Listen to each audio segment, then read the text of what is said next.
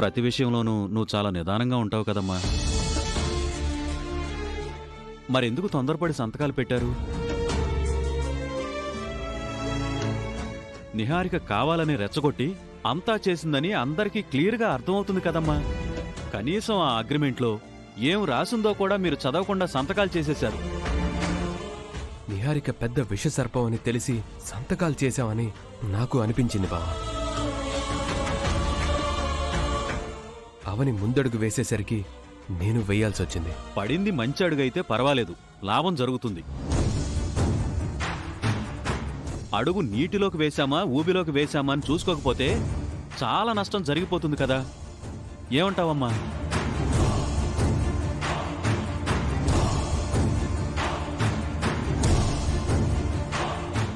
ఏదైనా జరిగిని అన్నయ్య, అన్నిటికీ సిద్ధపడే సంతకాలు పెట్టి గడువు కోరాను. మా జీవితాలకు పూలదారి కనిపించడం లేదు, ముళ్ళబాటే కనబడుతుంది.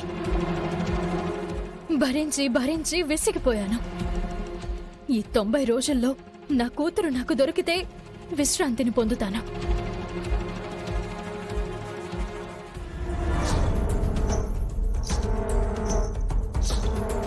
తొంభై రోజులు దాటిన తర్వాత దొరికినా పర్వాలేదు.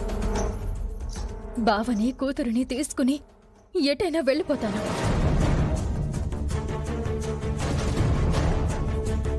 ఆస్తులు లేకపోయినా ప్రేమలతో బ్రతుకుతాము.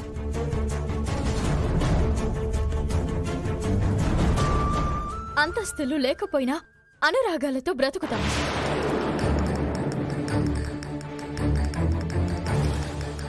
కుటుంబ రాజకీయాలు ఇంక నాకు వద్దన్నయ్య. అత్తయ్య మావయ్యలు మళ్ళీ మొదటికే వచ్చారు.